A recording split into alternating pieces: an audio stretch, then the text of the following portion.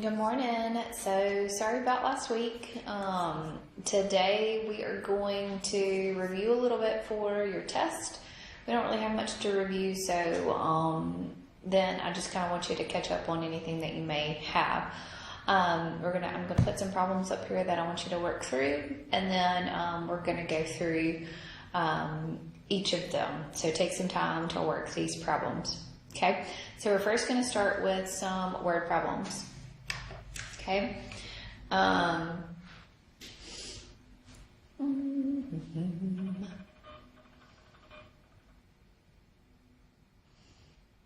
right, so take a little bit of time to work this problem. It says the number of points scored in a game varies directly to the number of minutes played. After 24 minutes, 8 points are scored.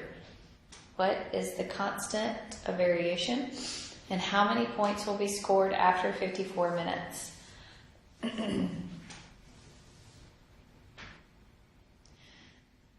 So take a little bit of time and work through this problem here.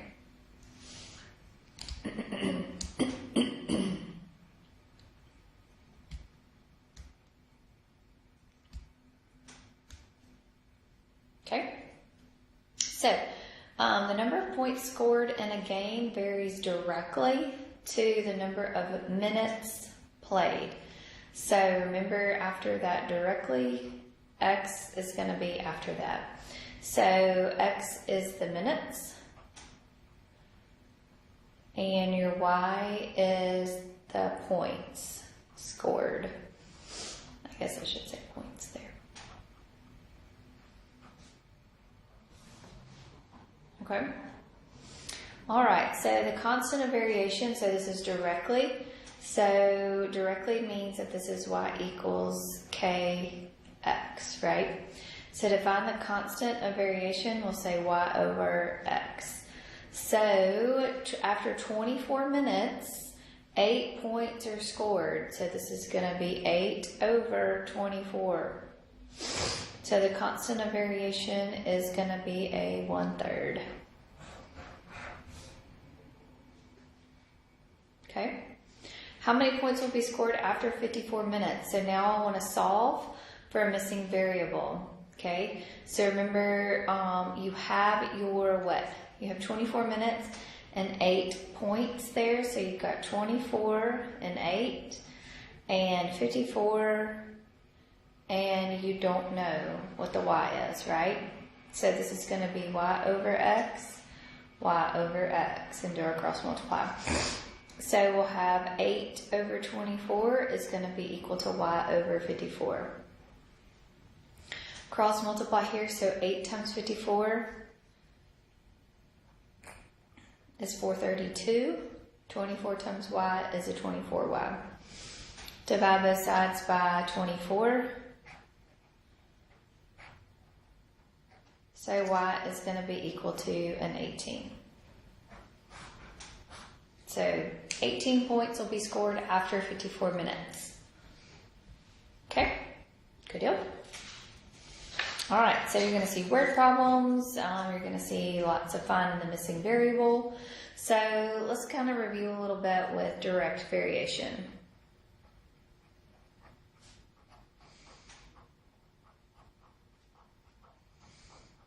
Okay, so it's a constant, okay? So an ordered pair has a constant and it's got a ratio Y over X.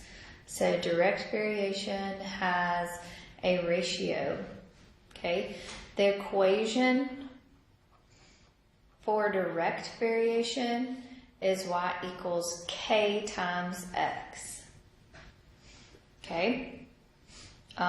So anytime you have a number in front of your X, these are all examples of a direct variation. Okay? When you test for direct variation, you need to test your X and Y values and find that constant of variation and make sure that it is true. A graph of a direct variation goes through the X and Y, make a real big dot right there, but through the origin here. So it always goes through 0.00, okay? Always creates a line.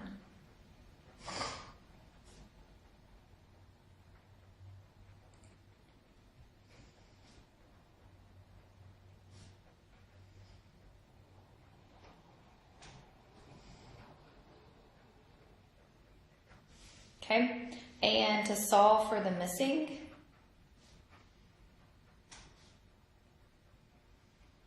for your direct variation, you do just like that. Last one, y over x, and do your cross multiply.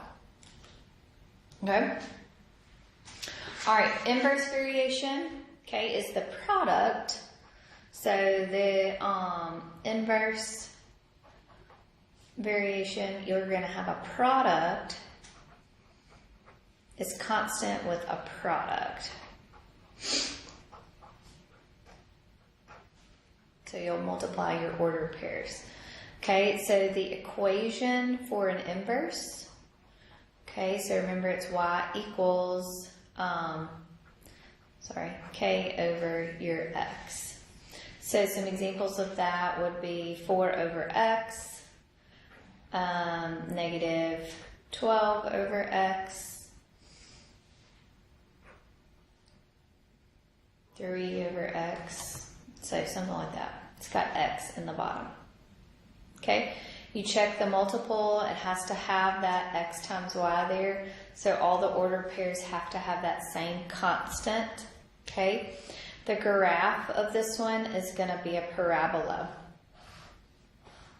Okay, so a graph of this one, of an inverse variation is going to be a parabola.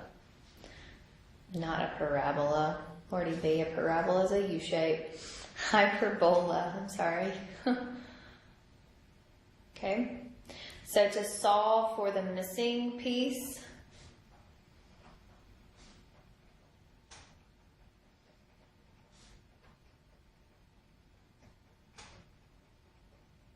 okay, you'll say xy equals xy.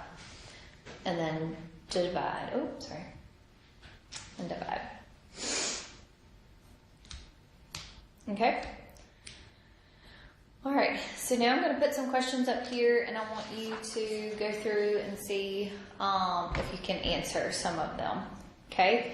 So I want you to tell me, is this a direct, an inverse, or neither? Okay, so tell me if this equation is a direct, inverse, or neither.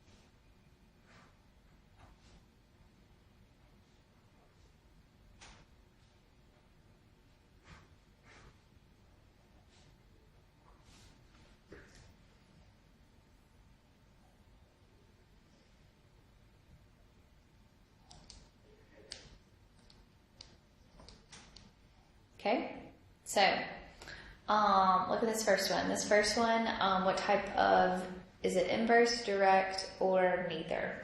So it's always going to go through the y-intercept of 0, 0. So this one is a direct here. Okay, this one we need to solve for y. So to solve for y, we're going to divide both sides by x. So this is going to be y equals a 30x. So this one will be inverse. What's the constant k here for this one? The constant k for this one would be a 30. What about this one over here? The constant k here would be a negative 1/4. Okay? All right, what about this one? We need to solve this for x, so it's going to be negative 2, or I'm sorry, we need to solve it for y. So we subtract the negative 2x, so we're going to have a negative 8y. is equal to negative 2x plus a 16. Divide both sides by negative 8. Okay, so we have y equals a positive. That's a positive 1/4 x minus a 2. So that is going to make it a neither, because that's not going to go through 0, 0, the ordered pair. Okay? All right, we need to solve this equation for y, so we're going to multiply both sides by a 4. Okay, so when we do that, we'll get y equals 4x. Yes? The constant k here is going to be a 4. Okay, so this would be a direct. Okay. All right, let's look here at these ordered pairs. So we've got negative 4, 6, negative 12, or negative 2, 12. Okay, 8, negative 3. All right, if I look here, negative 4 times 6 gives me a negative 24. And 8 times a negative 3 also gives me a negative 24. And negative 2 times a 12 gives me a negative 24. So I'm multiplying my x and my y's together here. So this is going to be a inverse. So on your test, I do want you to kind of work this out and show me kind of that you know what you're talking about here. Okay? All right. So let's do another one. So if y is inversely proportional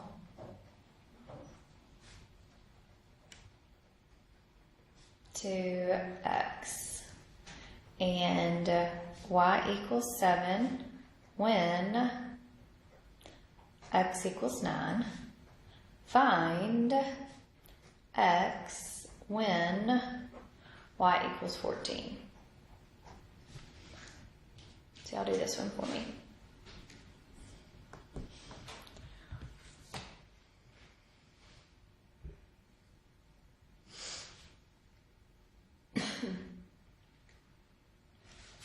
Okay, so if y is inversely proportional to x and y is 7 when x is 9. So we've got 9 and 7. Find x when y is 14. So they're inversely proportional, so that means that'll be xy is going to be equal to xy. So 9 times 7 is going to be equal to x times 14. So 9 times 7 is a 63. Divide both sides by a 14. I don't think that goes evenly. It's going to be 4 something, I think.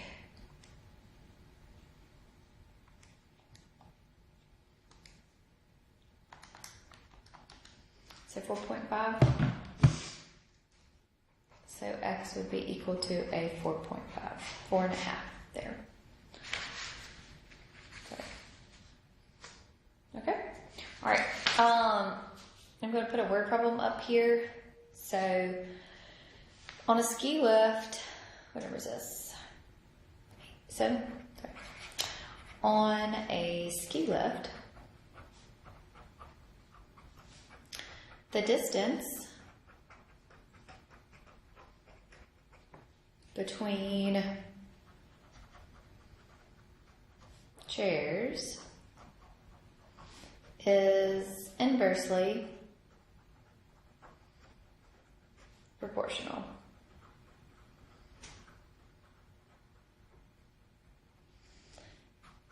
to the number of chairs at a ski resort. One lift has 80 chairs, spaced 16 meters apart.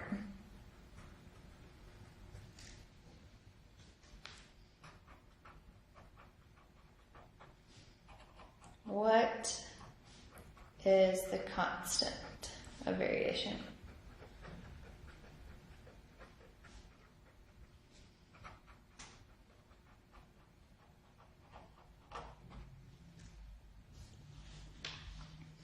So take a little time, pause the video, and work that problem.